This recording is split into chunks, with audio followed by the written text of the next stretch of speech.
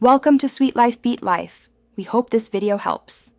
In this video, I will explain how to make hard candy with fruit. First, let's gather our essential ingredients and tools.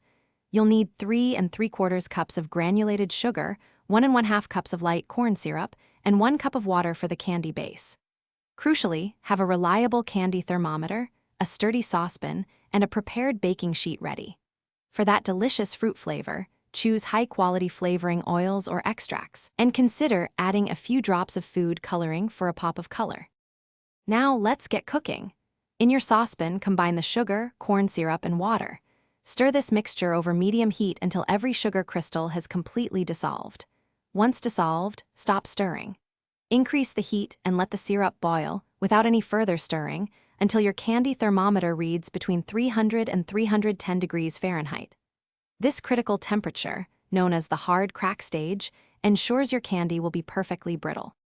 With the syrup at the perfect temperature, it's time for flavor. Remove the saucepan from the heat and let the intense boiling calm down for about 1 minute. Now, carefully add 1 tablespoon of your fruit flavoring oil and any desired food coloring, stirring quickly to combine. Be mindful of the steam.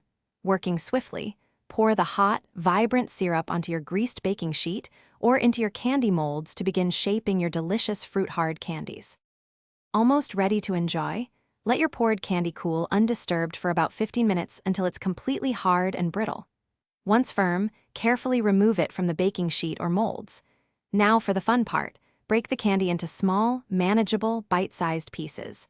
A kitchen mallet or a sturdy knife works wonderfully. Finally, dust your beautiful fruit-hard candies with a 1/4 cup of confectioner's sugar to keep them from sticking together. Enjoy your homemade fruity treats. Thanks for watching. Consider subscribing if we helped you.